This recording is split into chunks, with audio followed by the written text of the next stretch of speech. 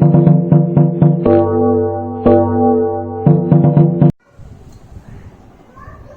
વિદ્યાર્થી મિત્રો, very good morning.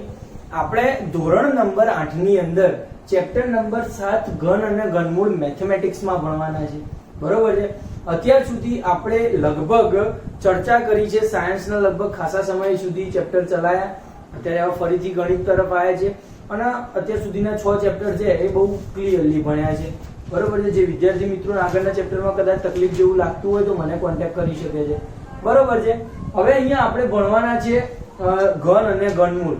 તો તમે શબ્દ સમજી શકો.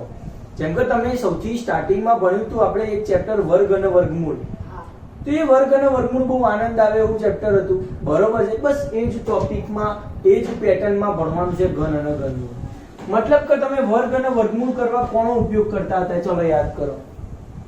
મતલબ એમ કે સમજો એક ચોરસ છે. શું છે આ? ચોરસ અથવા લંબચોરસ હોય તો આ કેવું છે? દ્વિપરિમાણ કહેવાય. અને શું કહેવાય? દ્વિપરિમાણ. મતલબ કે બે બાજુઓ હોય, આ બે દિશા હોય. કઈ? એક લંબાઈ હોય ને એક પહોળાઈ હોય. બરોબર છે. તો ધારો કે મારે આ ચોરસનું ક્ષેત્રફળ શોધવું હોય તો શું કરું છું? લંબાઈ ગુણ્યા લંબાઈ પડે. આની લંબાઈ અને લંબાઈ સરખી હોય બંનેની. બરોબર છે. તો L² કરું, L ગુણ્યા L, તો ચોરસનું ક્ષેત્રફળ મળી જાય. મતલબ એમ કે મેં કોઈ પણ બે વસ્તુનો શું કર્યો? ગુણાકાર કર્યો તો મને શું મળ્યું? L². અને સ્ક્વેર એટલે કે વર્ગ મળ્યો કહેવાય. શું મળ્યો? એવું આપણે આગળના વર્ગ ચેપ્ટરમાં જોયું. પણ જો દ્વિપરિમાણની જગ્યાએ ત્રિપરિમાણ ઓબ્જેક્ટ હોય. ત્રિપરિમાણ એટલે કેવું? ક્યાંય જોયું તમે એવું? વિચારો. ત્રિપરિમાણ તમે ક્યાં જોયું છે? જો કે અગાઉના જે ચેપ્ટરો આવવાના છે એમાં અભ્યાસ કરવાના છે આના વિશે, પણ નોર્મલ લોજિકલી ત્રિપરિમાણ ક્યાં જોયું છે તમે? પહેલા આવતું 12 એટલે ગમે તે સંખ્યા 3 ઘાત. યસ, 3 ઘાત હોય. મતલબ કે ત્રિપરિમાણ એટલે કેવું ખબર છે? તમે પાસો જોયો છે? તમારો પાસો રમવાનો, સાપસીડી રમવાનો, તેને ત્રિપરિમાણ ઓબ્જેક્ટ હોય. તમારું ઘરનું જે ઓરડું છે એ ત્રિપરિમાણ છે. ઘન કહી શકાય સાદી ભાષામાં. શું કહેવાય? ઘન કહેવાય. તો ઘનનો આકાર કેવો હોય? તો આ રીતનો આકાર હોય.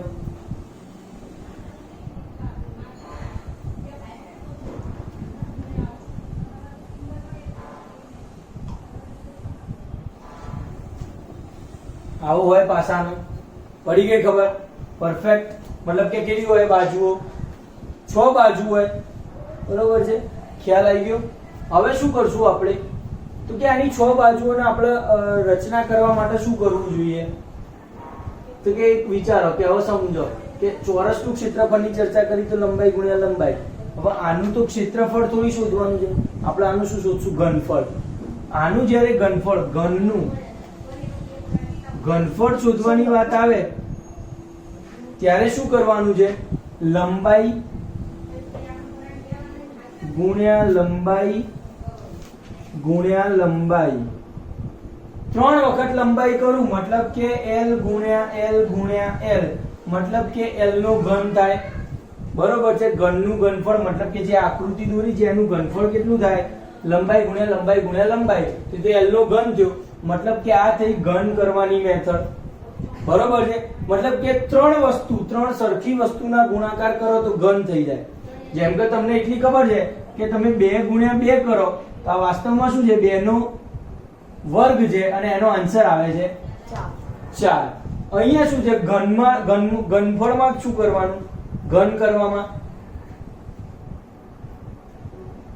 વિચારી શકો.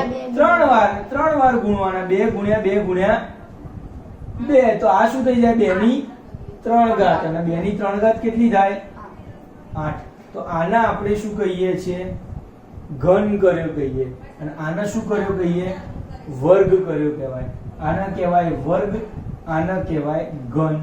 મતલબ કે અગાઉનું જે ચેપ્ટર ભણ્યા વર્ગ અને વર્ગમૂળ, એમાં આપણે આવી ચર્ચા કરી. 2 જ વખત કોઈ 2 સંખ્યાનું પુનરાવર્તન હોય તો વર્ગ કર્યો હતો. અને આની અંદર 3 સંખ્યાઓનું પુનરાવર્તન હોય. બરોબર છે. સરખી સંખ્યાઓ, તો આપણે એનો ઘન 3 વખત ગુણીએ છીએ એટલે એને ઘન કહીએ છીએ. તો આ નોર્મલ લોજિક છે ઘન અને ઘનમૂળનું. બરોબર છે. અત્યારે સાદી ચર્ચા કરીએ છીએ માત્ર ઘનની. તો આ થઈ ગયો ઘન, આવો આકાર હોય. બરોબર છે. હવે આપણે ખાસ શું ચર્ચા કરવાના છે તો કે જ્યારે આની ચર્ચા કરવામાં આવે છે આંકડાઓની ચર્ચા, કારણ કે આ કેવો છે અલ્જેબ્રાનો ટોપિક કહેવાય. બરોબર. તો સંખ્યાની ગણતરી કરવાની આવે ત્યારે કોનું નામ યાદ આવવું જોઈએ ખબર છે? શ્રીનિવાસ રામાનુજન. શ્રીનિવાસ રામાનુજન પડે. બરોબર છે. આપણા ભારતના એવા સતેજ મગજવાળા મેથેમેટિશિયન છે, ગણિત શાસ્ત્રી, કે જેમણે બહુ જ ગણિતની ભાષામાં બહુ જ શું કહેવાય શોધો કરી છે અને આંકડાઓ એમને બહુ જ ગમતા હતા. એમને એક ડલ અંક શોધ્યા હતા. પૂછાવાનું નથી પણ ખાલી નોલેજ માટે લખાવું છું. આ શું શોધ્યો તો? ડલ અંક. ડલ અંક એટલે શું છે તો કે એવી એક સંખ્યા છે 1729. કઈ સંખ્યા છે? તો આ સંખ્યા એ એવી નાનામાં નાની સંખ્યા છે, એવી નાનામાં નાની સંખ્યા કે જે બે અલગ અલગ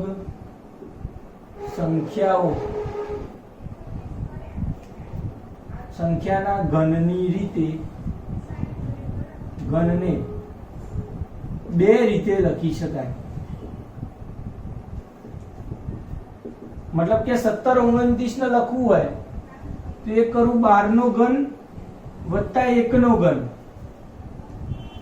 અને બીજો કરું 10 નો ઘન વત્તા 9 નો ઘન. 12 નો ઘન કેટલો થાય? 17 28 થશે. 12 ને 3 વાર ગુણજો. આવું 12 ગુણ્યા 12 ગુણ્યા 12 3 વાર ગુણશો એટલે કેટલો આન્સર આવશે? 17 28. 1 નો ઘન તો એક જ થવાનો, 1 ગુણ્યા 1 ગુણ્યા 1 તો એક જ થાય. તો આખો આન્સર આવી ગયો છે 1729 જે આપણો હતો મેઇન. અને આની અંદર 10 નો ઘન કરો. 10 નો ઘન એટલે 1000, 9 નો ઘન એટલે 729 થાય. તો આનો સરવાળો કરો તો પણ 1729 આવે છે. મતલબ કે કોઈ પણ નાનામાં નાની એવી સંખ્યા છે 1729 કે જે બે અલગ અલગ સંખ્યાના ઘનને બે રીતે લખી શકાય છે. એક 12 નો ઘન એકના ઘનની રીતે, સરવાળા બે રીતે લખી શકાય સરવાળા તરીકે, અને એક 10 નો ઘન અને 9 ના ઘન તરીકે. તો આ એક બહુ સારામાં સારી સંખ્યા છે. આ એક જ સંખ્યા એવી છે જેને બે રીતે લખી શકાય છે ઘન કરીને સરવાળો. બરોબર છે. અને એમને રામાનુજને આ શોધ કરી હતી. ખ્યાલ આવશે? તો બસ આ ખાલી ઇન્ફોર્મેશન માટે હતું. આ ક્યાંય પૂછાવાનું નથી પણ ધ્યાન રાખવું. આવું હોવું જોઈએ તમારી પાસે નોલેજ. ચલો હવે એની આગળ ચર્ચા કરીએ આપણે તો ઘન અને ઘનમૂળ. એટલે તમે ટૂંકમાં કોઈ પણ સંખ્યાના નાની સંખ્યાઓના ઘન કરવાની શરૂઆત કરો. બરોબર છે. જેમ કે સૌથી પહેલા હું કરું 1 નો ઘન. કેટલાનો ઘન કરું? કેટલો થાય? ચલો બોલવા માંડો. 1 થાય. મતલબ કે 1 ગુણ્યા 1 ગુણ્યા 1 ગુણાકાર કેટલો થશે બધાનો? 1 થશે. ધારો કે 2 નો ઘન કરો. ચલો મતલબ કે 2 ગુણ્યા 2 ગુણ્યા 2 3 વાર 2 કરવાના. તો 2 2 4 4 દુ 8 થાય. 2 નો ઘન 8 થશે. 3 નો ઘન કેટલો થશે? 3 નો ઘન કીધો, 3 નો વર્ગ 9 થાય. 3 તરી 9, 9 તરી 27 થાય. પડી રહી છે ખબર? 4 નો ઘન ચોકુ ચોકુ 16 ચોક 64 થાય. 5 નો ઘન કેટલો થાય? 5 5 25 25 5 125. તો 5 નો ઘન તમને સીધો જ યાદ આવો છે કે 125 થાય છે. 4 નો ઘન સીધો જ યાદ આવો છે 64 થાય છે. 6 નો ઘન કેટલો થાય? 6 ગુણ્યા 6 ગુણ્યા 6 216 થાય. કેટલો થશે દીકરા? 216. 4 4 36 36 ચંક 216. 7 નો ઘન કેટલો થશે? તો કે 7 ગુણ્યા 7 ગુણ્યા 7. 3 વાર 7 ના ગુણવાના. 343 થશે. કેટલો થશે? 3 4 3 343. 8 નો ઘન કેટલો થશે? ચલો વિચારો. તો કે 8 ગુણ્યા 8 ગુણ્યા 64 ઇઠ્ઠા. કોઈ જણાવશે? કોઈને ખબર છે? અથવા તો 512 થાય છે. કેટલો થાય છે? 8 નો ઘન થાય 512. 9 નો ઘન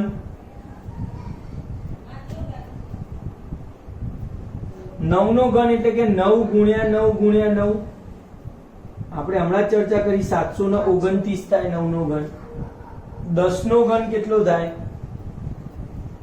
10 ગુણ્યા 10 ગુણ્યા 10. 10 નો ઘન એટલે 1 ની પાછળ 3 મીંડા 1000. ફાવે? એવી રીતે હવે 11 નો ઘન કેટલો થાય?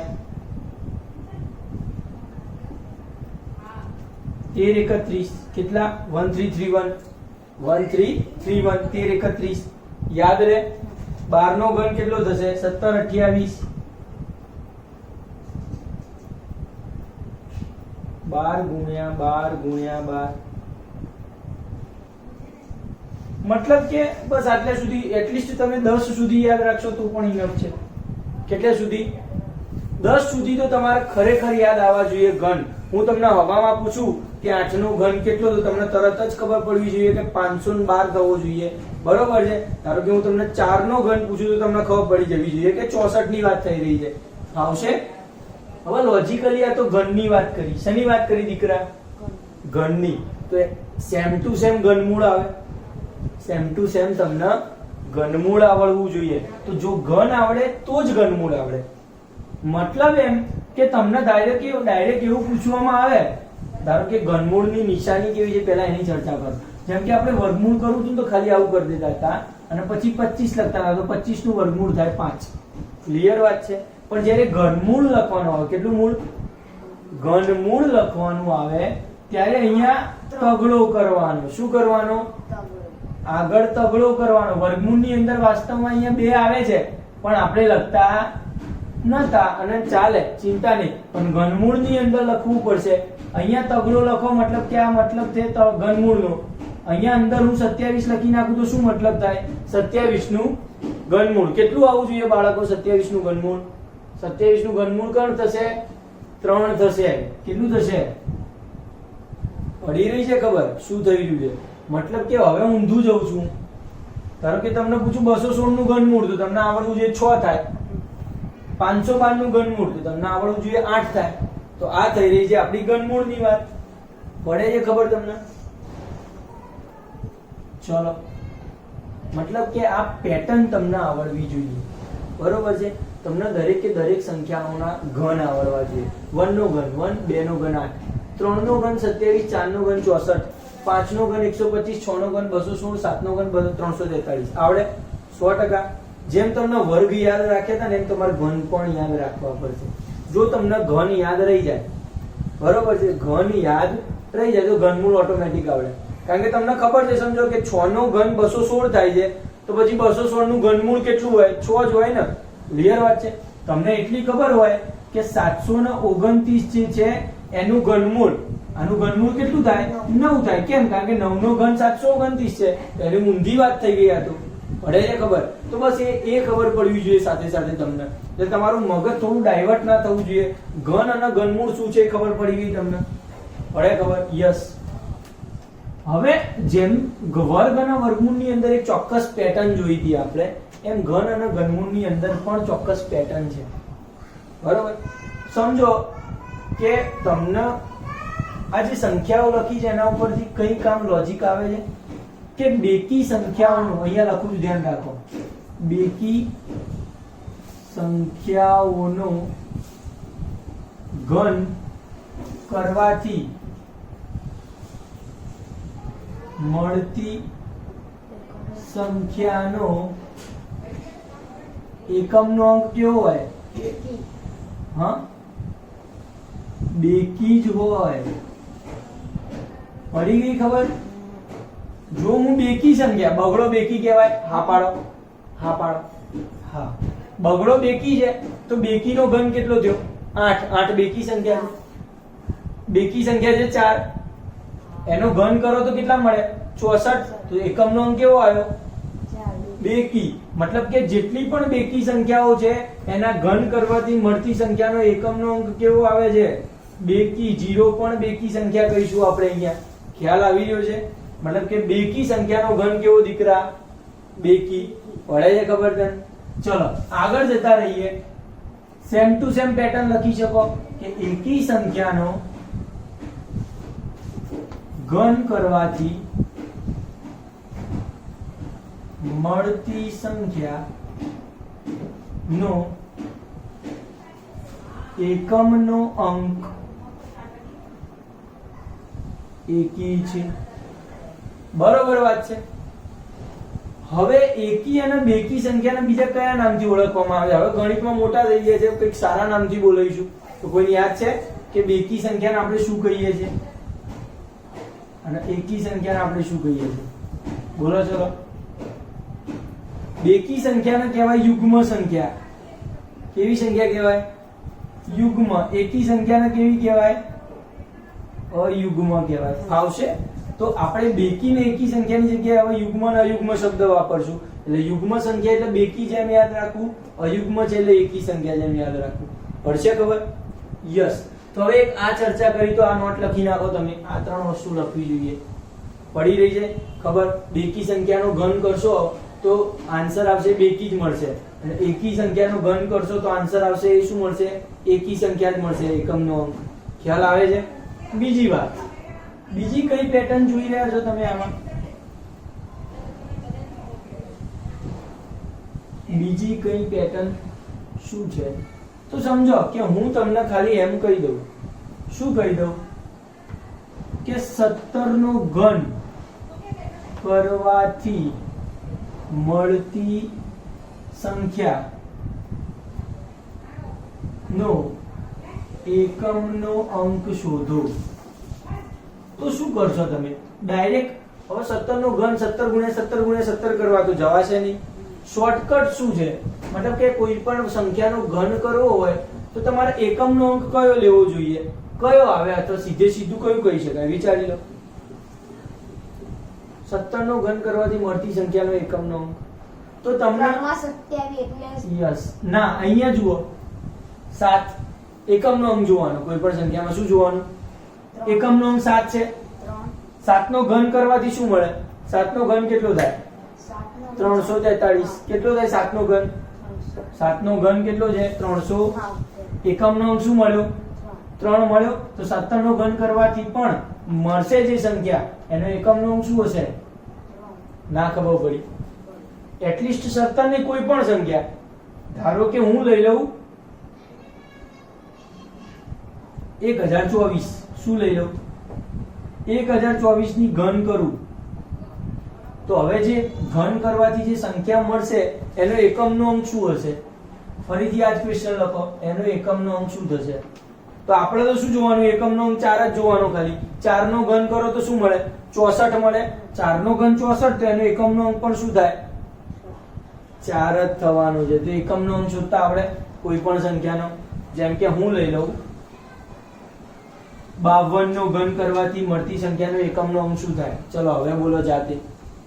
52 નો ઘન કરવો છે મારે તો મળતી સંખ્યાનો એકમનો અંક શું થાય? 8 થાય. કેવી રીતે? તો કે એકમની સંખ્યા 2 છે. 2 નો ઘન કેટલો થાય? 8. તો આ જે આખી સંખ્યા છે એનો ઘન કરશું તો એકમનો અંક તો શું મળશે? જે 2 નો ઘન મળ્યો છે એ જ મળશે. આનો એકમનો અંક હોય એનો ઘન કરવાથી જે સંખ્યા મળે એ જ સંખ્યા અહીંયા મળવાની છે એકમના અંકમાં. પડી ગઈ ખબર? જેમ કે અહીંયા જુઓ 1 નો ઘન કરે તો એકમનો અંક 1 હતો તો 1 મળ્યો આન્સર. અહીંયા 11 નો ઘન કરે તો એકમનો અંક 1 હતો તો 1 જ મળે.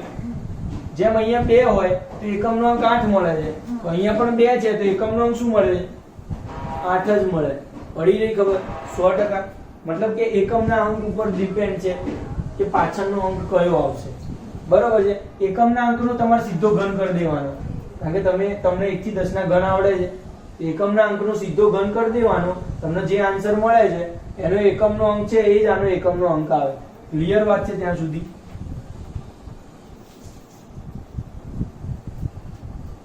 આગળ જઈએ.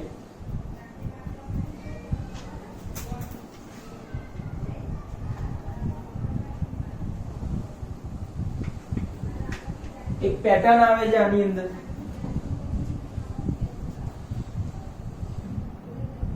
કેવી પેટર્ન છે જુઓ તમે. જેમ કે હું એકનો ઘન કરું તો શું આવે આન્સર? તો ખાલી એકનો ઘન છે મતલબ કે એક જ એકી સંખ્યાઓના સરવાળા. આને શું કહીશું? હું પેલા લખું. શું લખું? અયુગ્મ. એકી એટલે હવે કેવા લખશું? અયુગ્મ સંખ્યાના સરવાળા સ્વરૂપે ઘનને રજૂ કરો. અયુગ્મ સંખ્યાના સરવાળા સ્વરૂપે ઘનને રજૂ કરો. અયુગ્મ સંખ્યા સમજી લો. અહીંયા એક વાત કરો કે અયુગ્મ સંખ્યા એકી સંખ્યા કોઈ ધારો કે લઈ લઉં હું એક. પહેલી સંખ્યા એક લઈ લઉં. એકનો ઘન ને રજૂ કરવો હોય તો કેવી રીતે લખી શકાય? મતલબ કે હું એક લખું તો એને એકનો ઘન કહેવાય. બરોબર છે. દૂર લખું થોડું કારણ કે વચ્ચે જગ્યા જોશે. ચાલશે. ચલો ધારો કે એકી સંખ્યાનો સરવાળો 1 + 3 કરું. પડે તો 1 + 3 શું થશે? ચલો જલ્દી બોલો. બોલી શકો તમે.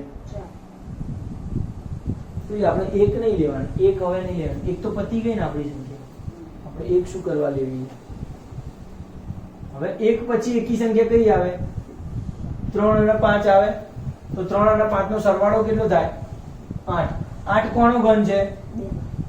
2 નો ઘન છે. હવે 5 પછીની એકી સંખ્યા કઈ આવે? 5 પછી કઈ સંખ્યા આવે? 7 આવે. એવી કેટલી સંખ્યા લઈએ? 3 સંખ્યા લઈએ. તો 7 વત્તા એના પછી એકી સંખ્યા 9. 9 પછીની એકી સંખ્યા 11. આ 3 નો સરવાળો કરો. 11 ને 9 20. 11 ને 9 20. 20 ને 7 27. 27 કોનો ઘન છે? 3 નો ઘન છે. આગળ જાઓ. 11 પછી શું આવે? 13. પછી શું આવે? 15. પછી 17 અને પછી 19. કરો સરવાળો. ચલો આનો કેટલો આવે છે? ચલો આનો સરવાળો કરો.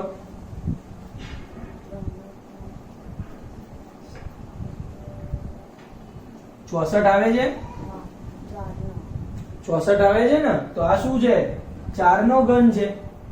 મતલબ એમ કે અયુગ્મ સંખ્યાઓના સરવાળા સ્વરૂપે તમે ઘનને રજૂ કરી શકો. 1 નો ઘન, 2 નો ઘન, 3 નો ઘન. 1 ના ઘનમાં મેં એક જ સંખ્યાનો સરવાળો. 2 ના ઘનમાં મેં બે એકી સંખ્યાઓ લીધી. 3 ના ઘનમાં મેં 3 એકી સંખ્યા લીધી. 4 ના ઘનમાં મેં 4 એકી સંખ્યા લીધી. હવે ધારો કે મારા 5 નો ઘન મેળવવો હોય તો મારા 19 પછીની 5 મતલબ કે 19 પછી શું આવે? 21 23 25 27 29. આ 5 એકી સંખ્યાઓનો હું સરવાળો કરું ત્યારે મને શું મળશે? 5 નો ઘન 125 મળી રહેશે. પડી રહી છે ખબર? મતલબ કે ક્રમશઃ એકી સંખ્યાનો સરવાળો થઈ રહ્યો છે. પડે ખબર બધા? તો આ એક મસ્ત મજાની વાત હતી. ચલો હવે આપણે આના અવિભાજ્ય અવયવો વિશે શીખી અને સીધા એક્ઝામ્પલ વિશે જોવાના છે. તો એક કામ કરો. અવિભાજ્ય અવયવો પાડતા આપણને આવડે છે તો આપણે સીધા એક્ઝામ્પલની મદદથી તમને શીખવાડશું કે કેવી રીતે અવયવો પાડી અને એક્ઝામ્પલ ગણાય છે. બરોબર વાત છે. તો સીધા તમે સ્વાધ્યાય ઉપર આવી જાઓ. સ્વાધ્યાય શું છે તમારું આ ચેપ્ટરનું? તો ચેપ્ટર નંબર 7.1 સ્વાધ્યાય. પાના નંબર આપ્યો છે 114 ઉપર. કયું પાના નંબર છે? 114 પાના નંબર ઉપર શરૂઆત કરશું આજે. સ્વાધ્યાય 7.1 ક્વેશ્ચન નંબર 1. એમાં પહેલો કઈ સંખ્યા? પહેલા તો ક્વેશ્ચન 1 છે. કઈ સંખ્યા પૂર્ણ ઘન નથી? આપણે પેલા પૂર્ણ ઘનની ચર્ચા કરી દઈએ. શેની ચર્ચા કરશું દીકરા? પૂર્ણ ઘનની. તો પૂર્ણ ઘનની ચર્ચામાં પૂર્ણ ઘન કેવી રીતે શોધી શકાય? ચલો વિચારો તમે. કઈ દિમાગમાં આવે? કઈ સંખ્યા પૂર્ણ ઘન નથી? ધારો કે હું કોઈ સંખ્યા લઈ લઉં. જેમ કે આપણો પહેલો ક્વેશ્ચન શું લખ્યો છે એની અંદર? 216. શું લખ્યો છે? બધાની રકમમાં દેખાય છે 216 રકમ. આ સંખ્યા પૂર્ણ ઘન છે કે નહીં જોવું હોય તો શું કરવાનું? અવિભાજ્ય અવયવ પાડવાના. શું પાડવાનું? અવિભાજ્ય અવયવ. ચાલુ કરો અવિભાજ્ય અવયવ પાડવાનું. ચલો ધારો કે 216 છે. 216 ના હું અહીંયા નીચે અવિભાજ્ય અવયવ પાડું. આ રહ્યા 216 અને અહીંયા પાડવાના છે. જેમ વર્ગ અને વર્ગમૂળમાં અવિભાજ્ય અવયવ પાડતા હતા બસ એ જ પેટર્ન કરવાની છે. સૌથી પહેલા 216 એકમનો અંક શું છે? શું છે એકમનો અંક? બેકી. કેવો છે? બેકી. યુગ્મ. 2 વડે ભગાય? ભગાશે 2 વડે? હા પાડો. 2 વડે ભગાય. કેટલો આન્સર આવે? ચલો ભાગાકાર કરો બાજુમાં. 216 ભાગ્યા 2 કરો. 2 એકા 2 0 1 વધ્યો 0 ના ચાલે તો છગડો ઉતાર્યો 2 ઈઠા 16 0 પડે. શું આન્સર આવે છે? 108. અને જો તમને ડાયરેક્ટ આવડે છે તો ઇઝ ધ બેટર. એકદમ સરસ. જો ડાયરેક્ટ આવડે છે તો જેમ આપણે વર્ગ વર્ગમૂળમાં શીખ્યા હતા એમ. તો આ થઈ ગયો, મને 108 મળી ગયો, ભાગાકાર કર્યો. હવે 108 ને 2 વડે ભગાશે? હા, કારણ કે યુગ્મ છે. એકમનો અંક જ્યાં સુધી બેકી સંખ્યા હોય ત્યાં સુધી 2 વડે ભગાય અને તમે આગળના ધોરણમાં શીખીને આવે છો. પડે ખબર? હવે શું કરશું આપણે? તો કે 108 ના 2 વડે ભાગવાનો પ્રયત્ન કરીએ. ચલો ભાગો. 108 ના 2 વડે ભાગો. ચલો 108 હોય આને 2 વડે ભાગીએ તો શું આવે? લે 54. છોકરાને આવડવું જોઈએ. યસ. 2 પંચા 10 0 આંકડો નીચે ઉતાર્યો. 2 ચોક 8 0 થઈ ગયા. બાદબાકી કરીએ એટલે તો 54 આન્સર આવે છે. બસ આ રીતની વાત છે. 2 વડે ભાગવાના છે કન્ટિન્યુઅસલી. હવે 54 ના 2 વડે ભગાય? 54 ના 2 વડે ના ભગાય. યુગ્મ સંખ્યા છે, બેકી સંખ્યા છે તો 2 વડે ભગાશે જ. હા. કેટલા થશે? 2 2 4. યસ. જુઓ 2 2 4 5 આવ્યો 4 છે નીચે. બરોબર છે. એક શેષ વધશે 1 અને 4 2 સિક્કા 14 થાય. હવે એ થશે. હવે તબલા વાળે લેવું. હવે 2 વડે ભગાશે નહીં કારણ કે હવે યુગ્મ સંખ્યા નથી. તો હવે શું આવી? અયુગ્મ સંખ્યા. તો કેટલા વડે ભગાય? 3 વડે ભગાય છે. પહેલા જોઈ જોવાની. તો સરવાળો 3 વડે ભગાતો હોય તો સંખ્યા 3 વડે ભગાય. તો 7 ના 2 9 છે તો 9 ના 3 વડે ભગાય તો આખી સંખ્યાના 3 વડે ભગાશે. એટલીસ્ટ આવડવું જોઈએ. 3 વડે ભાગો તો શું આવે? 9 તરી 27 ના થાય? પડી રહી છે ખબર? મતલબ કે આના 3 વડે ભાગશો તો તમારે 9 આન્સર આવશે. ફરીથી આના 3 વડે ભાગો. 9 છે તો 3 વડે ભગાય. 3 તરી 9. હજી 3 વડે ભાગો તો 3 એકા 3. પડી રહી છે ખબર? તો આ થઈ ગયું અયુગ્મ સંખ્યાઓનો સરવાળો. મતલબ કે અયુગ્મ અવિભાજ્ય અવયવો. સોરી. બરોબર છે. તો લખો અહીંયા 216 ને હું 2 ગુણ્યા 2 ગુણ્યા 2 કરું અને ગુણ્યા 3 ગુણ્યા 3 ગુણ્યા 3 કરું તો આ થઈ ગયું 216. બરોબર વાત છે. હવે પૂર્ણ ઘન સંખ્યામાં શું જોવાનું? તો પૂર્ણ ઘન, ઘન મતલબ કે 3 બાજુ વાળું. મતલબ એમ કે તમારી જે સંખ્યાઓ જે છે એ 3 ની પેરમાં હોવી જોઈએ. કેટલાની? 3 ની જોડ હોવી જોઈએ. આ 3 ની જોડમાં છે. હા, પેલામાં 2 2 ની હતી વર્ગમૂળમાં, પૂર્ણ વર્ગમાં. અહીંયા પૂર્ણ ઘન છે તો 3 ની જોડ લેવાની છે. બંને 3 ની જોડ. તો આને શું લખી શકાય? 2 નો ઘન. આને શું લખાય? 3 નો ઘન. કારણ કે 2 3 3 વાર છે. આ 3 3 વાર છે તો આપણે શું લખાય? 2 ગુણ્યા 3 અને એની 3 ઘાત. 2 ગુણ્યા 3 કેટલા થાય? 6. 6 ની 3 ઘાત છે. આ શું છે? ઘનમૂળ છે વાસ્તવમાં. બરોબર છે. 216 છે 6 નું ઘનમૂળ છે. 6 નો ઘન છે ટૂંકમાં 216. મતલબ કે આ બધું પેટર્ન નહીં કરો તો ચાલશે. ખાલી તમારે શું જોવાનું? 3 3 ની પેર બને છે. જો 3 ની પેર બને તો આ પૂર્ણ ઘન છે. જો ના બને તો નથી. ફાવશે? બીજો ક્વેશ્ચન જુઓ એટલે વધારે ફાવે. 128 છે. બીજો ક્વેશ્ચન છે 1 to 8. 1 to 8 ના અવયવ ચાલુ કરો. 1 to 8 ના અવયવ પાડીએ આપણે. આના 2 વડે ભગાય. સૌથી પહેલા ચર્ચા કરો. કેટલા વડે? 2 વડે ભગાય. કેમ? બેકી સંખ્યા છે. ભાગો 2 વડે. 2 ને 12 વડે સીધું ભાગ ચલાવીએ. 2 છંક 12 આવ્યો. શેષ 0 થઈ જશે. 12 આવ્યો છે એટલે 8 ને નીચે ઉતારશું તો 2 ચોક 8 થઈ જશે. જુઓ આવો આવ્યો બધાને ભાગાકાર. પાછળના પેજમાં બધા ભાગાકાર કરો મારી સાથે સાથે. 128 ને 2 વડે ભાગો 64 આવે છે બધાને. પછી 64 ને તમે 2 વાર ભાગો. ચલો, કારણ કે યુગ્મ સંખ્યા છે એટલે 2 વખત 2 વડે ભગાશે. 64 ને 2 વડે ભગાશે તો શું આવશે આન્સર?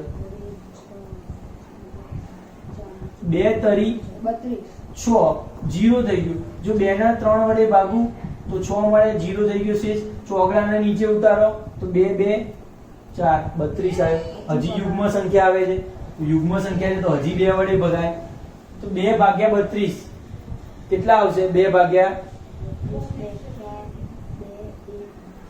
2 એકા 2 એક છે, એક શેષ એક વચ્ચે 1 અને 2 એટલે 12 એટલે 6 12 થશે. હજી 2 વડે ભાગો કારણ કે યુગ્મ સંખ્યા છે. 2 ઈઠ્ઠા 16 2 વડે ભાગો 2 ચોક 8 2 ચોક 8 2 ઈઠ્ઠા 16 2 ચોક 8 4 લાવવાના છે 2 વડે ભગાય 2 2 4 અને 2 લાવવાના છે 2 વડે ભાગો 2 એકા 2. ના ખબર પડી મતલબ એમ કે અવિભાજ્ય અવયવ છે. આ તમને એક મિનિટ પહેલા તો અવિભાજ્ય અવયવ પાડતા આવડવા જોઈએ. જે વિદ્યાર્થીઓને અવિભાજ્ય અવયવ પાડતા નથી આવડતા ને તો પ્રેક્ટિસ એટલી બધી કરો કે તમને અવિભાજ્ય અવયવ પાડતા આવડી જાય. કારણ કે જો તમને અવિભાજ્ય આવડતા નથી અવયવ પાડતા તો તમને છઠ્ઠું અને સાતમું ચેપ્ટર આવડતું નથી. એક જ વાત છે. મતલબ કે છઠ્ઠું અને સાતમું ચેપ્ટર શીખવું હોય તો તમારે અવિભાજ્ય અવયવ પરફેક્ટલી પાડતા આવડવા જોઈએ. તમે પ્રેક્ટિસ કરો વધુમાં વધુ. બરોબર છે? અવિભાજ્ય મતલબ કે ભાગાકાર કરવાનો છે સાદી ભાષામાં. બરોબર છે? અને ના સમજણ પડતી હોય તો મને કહી શકો તમે. હવે છે અહીંયા 128 અવિભાજ્ય અવયવ ચાલુ કરવાના 128 ના. તો લખો અહીંયા 2 ગુણ્યા કેટલા બગડા છે? 1 2 3 4 5 6 અને 7 બગડા. 1 2 3 4 5 6 અને 7. 3 3 ની પેર બનાવો. આ 3 આ 3 આ એકલો રહી ગયો. ડકો થઈ ગયો ને અહીંયા. કેવું નહીં ડકો? હા આ એકલો રહી ગયો મતલબ કે આ તો ચાલે જ નહીં. વળે તો એનો મતલબ એમ કે બગડો એકલો હોય 3 ની પેર બનતી નથી. 3 ની પેર બનતી ના હોય તો પૂર્ણ ઘન સંખ્યા નથી. કેટલા જણા આમાં નથી પડી રહી એવું બોલી જાવ છો? પડી રહે છે બધાને ખબર. તો શું લખશો અહીંયા? પૂર્ણ ઘન સંખ્યા નથી. કારણ શું આપશો? કારણ કે અહીંયા 2 ની 3 ની જોડ બનતી નથી. 3 3 ની જોડ બનવી જોઈએ, જે ના બની એટલે આપણે કહી શકીએ કે અહીંયા ઘન નથી. ક્લિયર એન્ડ કટ વાત છે. આગળનો જુઓ દાખલો ત્રીજા નંબરનો.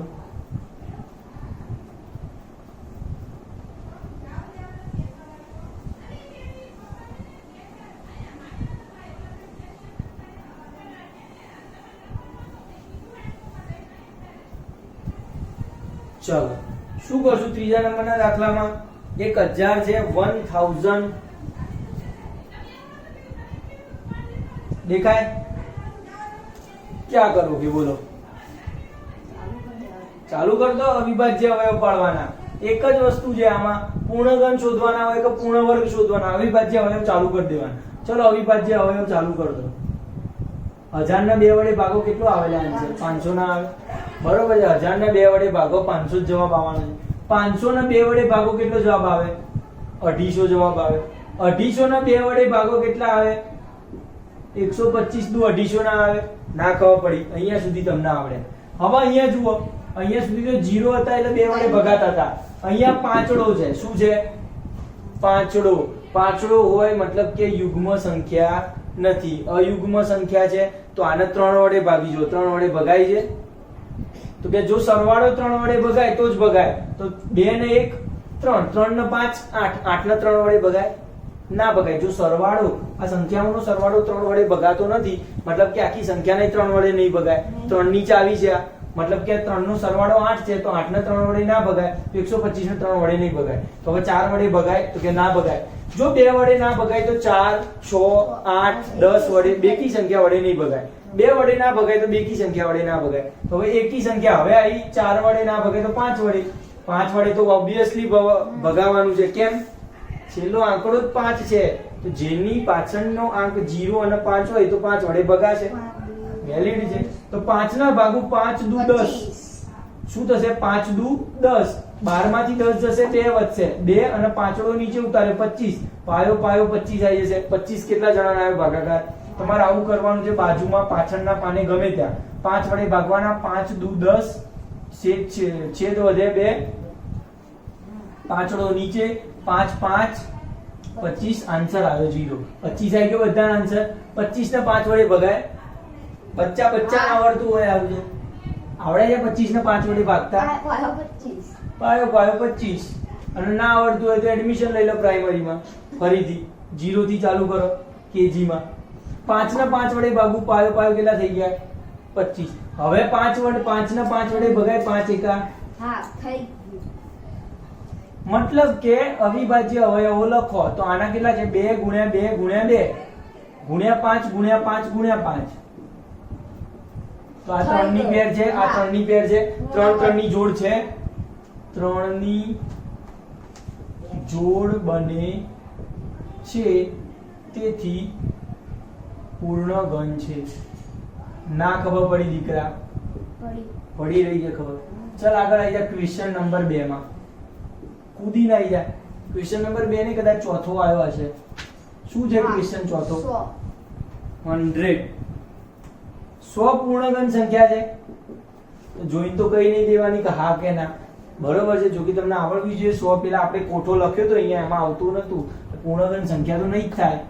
બરોબર છે. કારણ કે પેલા કોઠામાં આપણે સંખ્યા આવતી નથી. કારણ કે આપણે 64 પછી સીધી 125 આવે છે એમ કહેવાય.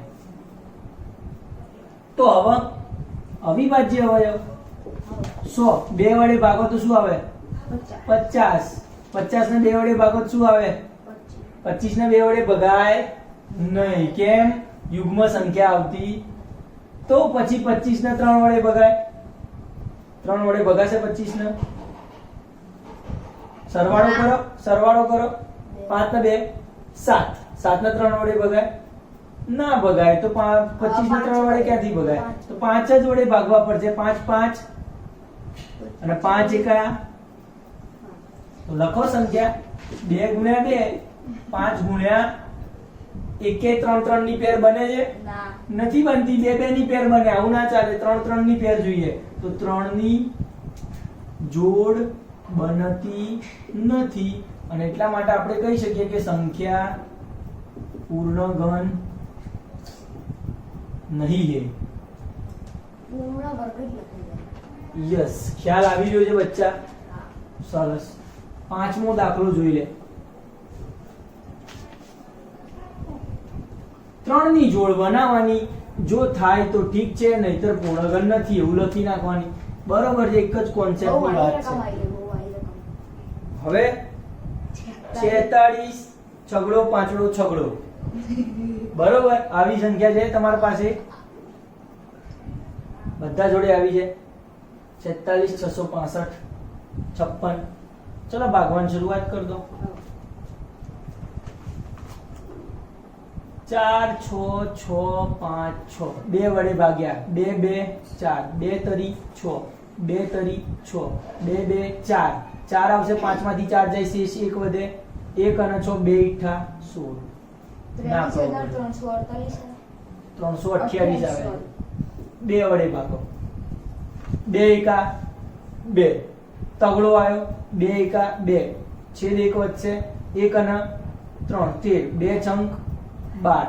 1 અને 2 2 છંક 12. 2 ચોક 8. 11 664 આવે છે. કોઈ બચ્ચાઓને આવી રહ્યું છે? આવું જોઈ લો. ના આવતો હોય તો ના પાડ દો.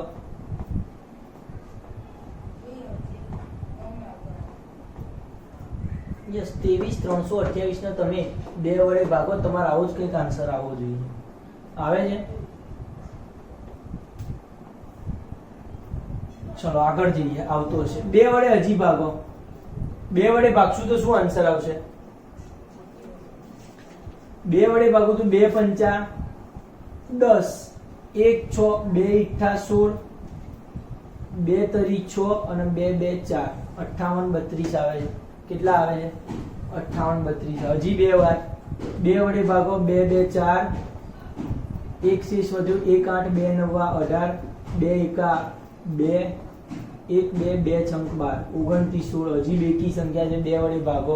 2 એકા 2. 2 ચોક 8. 1 શેષ વધશે 11. 2 પંચા 10. 1 શેષ 11 છે. 11 માંથી 10 જાય. 1 શેષ વધે 1 અને 6. 2 ઈઠા 16. પડી ખબર? 1458 આવે છે. 1458 ને 2 વડે કોઈ ભાગી શકે એમ છે? 1458 ને 2 વડે ભાગીએ તો 2 સિત્તા 14, બરોબર છે.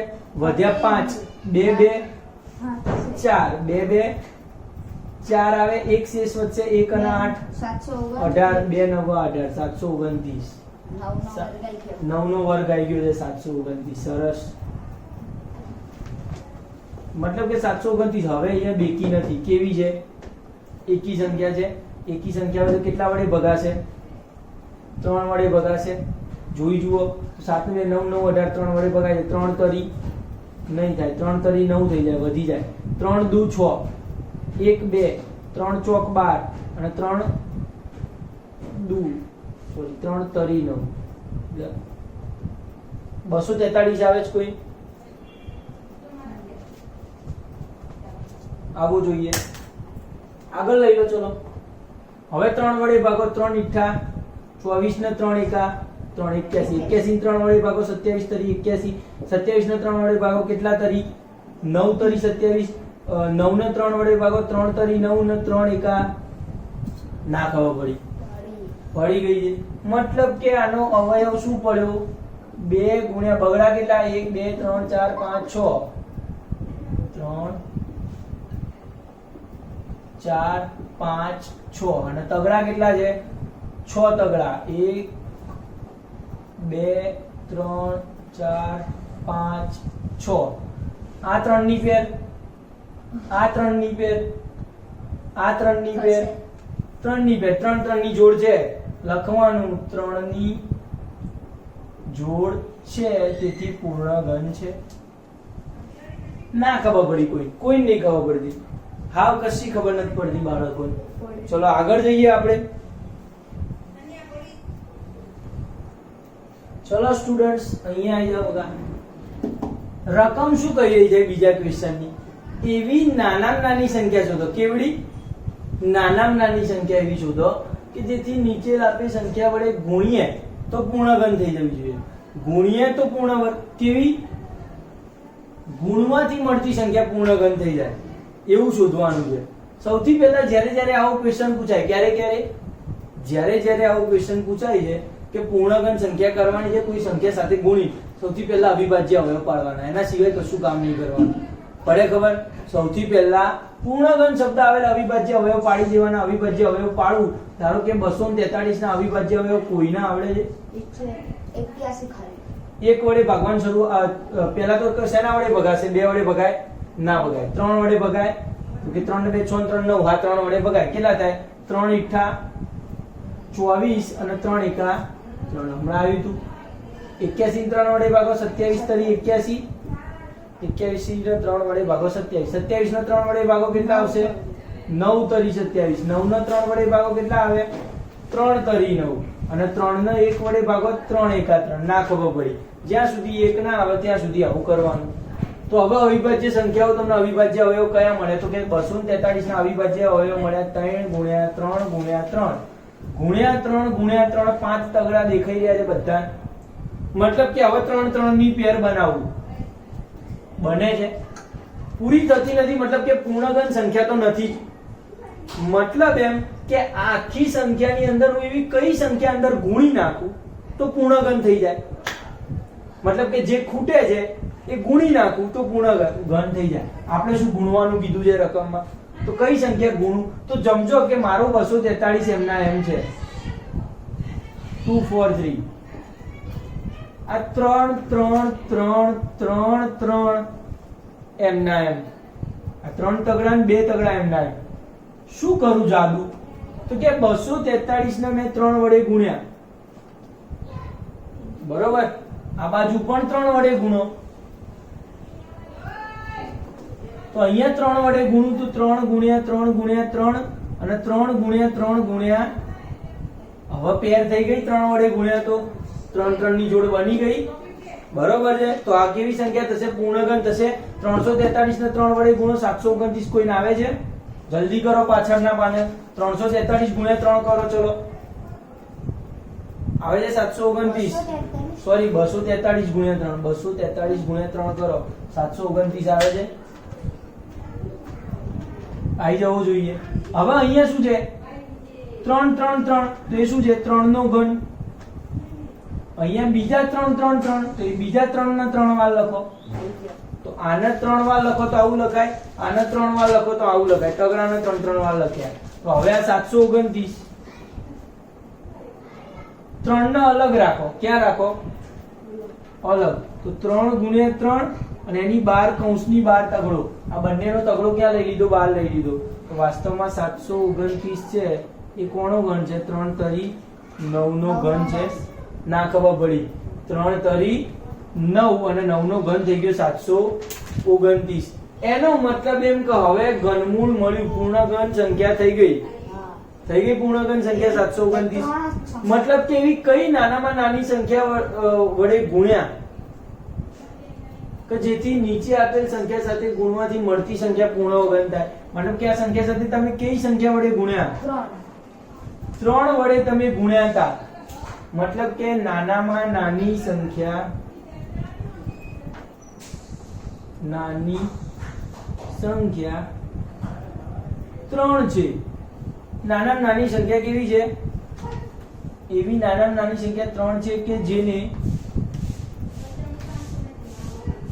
આ 243 સાથે ગુણવાથી મળતી સંખ્યા પૂર્ણઘન થાય. આમે એક જ દાખલા હું લખીશ, બાકી બધા દાખલા તમારે જાતે આવું લખવાની વાર્તા. બરોબર છે? વાર્તા લખતા આપણે નાનામાં નાની સંખ્યા એવી 3 છે કે જેને 243 સાથે ગુણવામાં આવે તો મળતી સંખ્યા પૂર્ણ વર્ગ થઈ જાય છે. અને એ થઈ ગઈ 9. Question number 2. Question number 2. 256 શું છે? 256 છે એના ભાગાકાર અવિભાજ્ય અવયવમાં પાડવા માંડો. ચલો 256 યુગ્મ સંખ્યા છે.